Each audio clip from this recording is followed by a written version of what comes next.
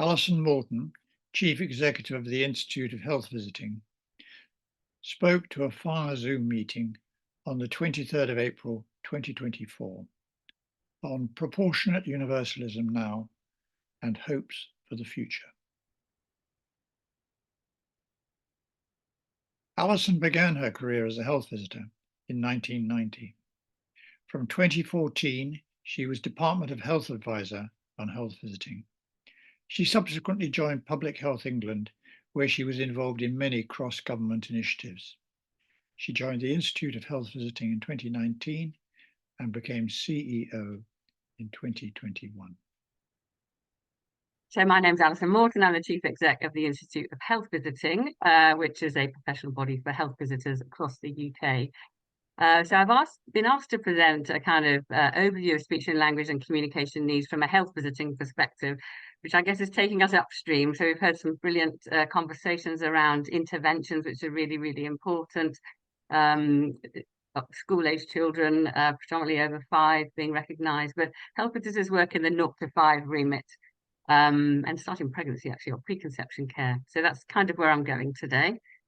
You might be wondering why I've been asked to speak on this topic. So I thought I'd just put one slide in just by a bit of a background about myself. Very, very briefly, I won't dwell on it. So I've been a health visitor since 1990. Sarah Cowley was one of my tutors at King's in 1991. So we go back a very long time. I was a child when I started, is my standing joke. But so I started very early in my career, pretty much as soon as I qualified as a nurse to be a health visitor, worked in many, many roles, but became the Department of Health Advisor for health visiting since 2014.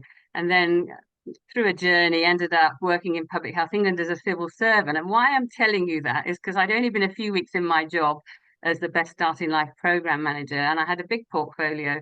But one of the kind of small things that I had to do was to get this language as a child wellbeing indicator out the door. I thought, well, that's fairly straightforward, just liaise with EIF and get it published. And then I read it and I thought, wow, this is amazing. How inequalities start early and they can last a lifetime. And fortunately, I had a colleague in my induction who worked at DFE, and he said, well, the Secretary of State's looking for this big announcement on the earliest years, and what would you recommend?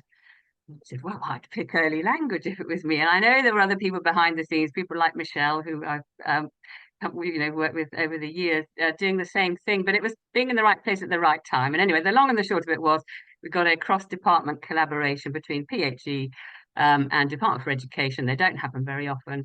And it was a really exciting piece of work. I got to work with the brilliant James Law, sadly not here any longer, but it was a really exciting time.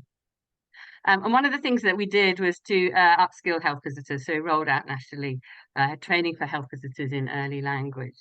So fast forward now to 2024, and where have we ended up? Lots has happened since then. What's it like to be a parent with a baby and a young child in England at the moment? And actually, things are going from bad to worse. You've seen it on the news all of the time. So this is just some findings from our annual health visiting survey. We published this in January. Huge cohort of health visitors told us this. And why this is important is because health visitors see what's going on behind everybody's front door. It's invisible to many other services. It's only when parents their hand up and say, help me, that an intervention starts. But health visitors are there, seeing families early from every walk of life. And what they told us is poverty is a huge problem affecting parenting. It makes parenting much, much harder. We know that. Great quote here from Sir Michael Marmot on the damage that it's having on children in this generation. And it matters to health visitors because it's massively increasing the demand for support and has an impact on child health, development and safety across the board. So just focusing on child development today, particularly speech and language, this links in with what the other speakers have said. This increase in speech and language delay that's been seen, 82% of health visitors had seen an increase, 75% an increase in child behaviour. Interestingly, this comment about autism links into what Sarah just said. 70% had reported an increase in parents saying they were concerned about signs of autism. So obviously we're in the pre-diagnosis phase. And it's not just our data that tells us this, national data. So health visitors collect data on child development at 2, and that's showing widening inequalities and more children falling behind. massive concerns nationally about unrecognised need, late diagnosis. It's all over the headlines, wasn't it? That recent report from Kindred Squares, children starting school in nappies, long waiting list for children's therapy. So doom and gloom. So you've asked me to talk about positive. We can't ignore the context, which is not great for children at the moment. Compared to other comparable nations across the globe, we're at the bottom of the league tables. We're doing very badly in this country. I won't dwell on this slide, but we need a proportionate universalism response. We can't just focus on the most disadvantaged, the most vulnerable, because we know these children in every decile.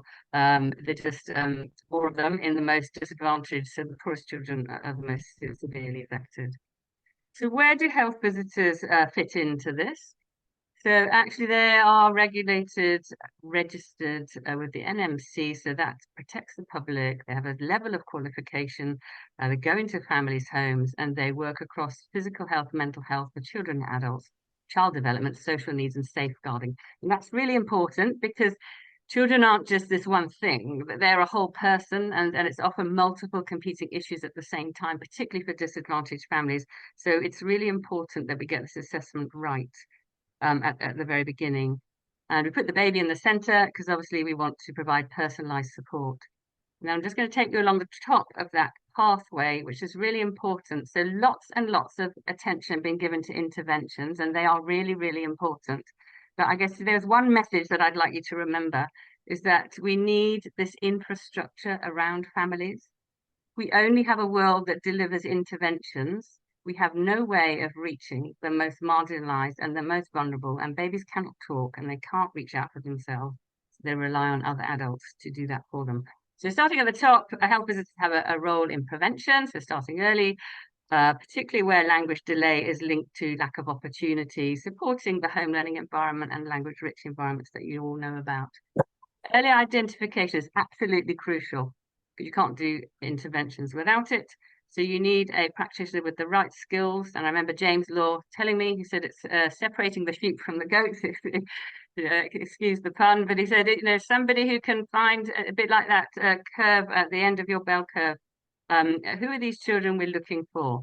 In the sea of human beings, health visitors see nearly 2 million children a year across the UK. It's massive amount. So how do we find the children we're looking for? The next step along my pathway is engaging families. We know the most vulnerable aren't queuing up saying, I'd really like to join your group, thanks. Most people don't, for all sorts of reasons that I won't go into today. They need somebody to stand alongside them and to encourage them and to broker that engagement. Enabling diagnosis. So that's a really tricky point for some parents. I'm a mother of a child with cerebral palsy. He's an adult now. I know firsthand what it's like when you start to suspect something's not right with your child or different. And it's a roller coaster, and it's really important that we have services in there to support families. And picking up on the point from a previous speaker, Sarah, I think it was you, this growth in anxiety in parents with children with SEND, I think is largely down to the lack of containment and support they had.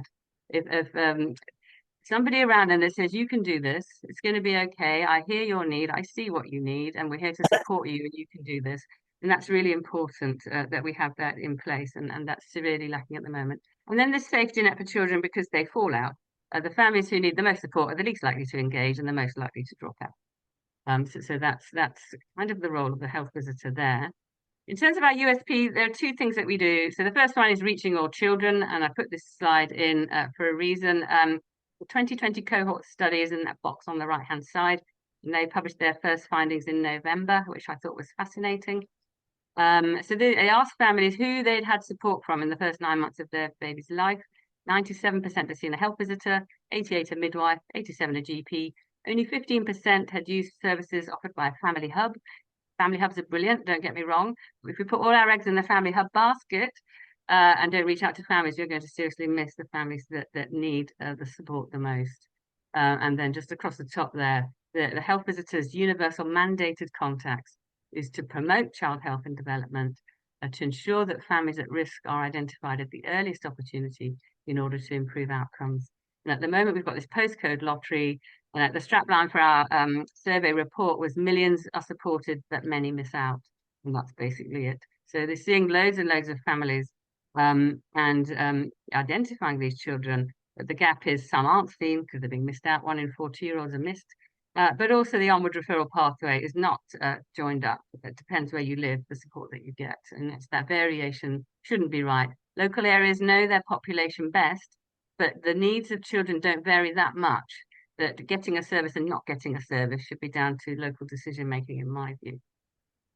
So coming just on to identification of need, what do they do at the moment? So they assess speech and language at 2 places, 1 year and 2 years. At the moment, they're using the ASQ.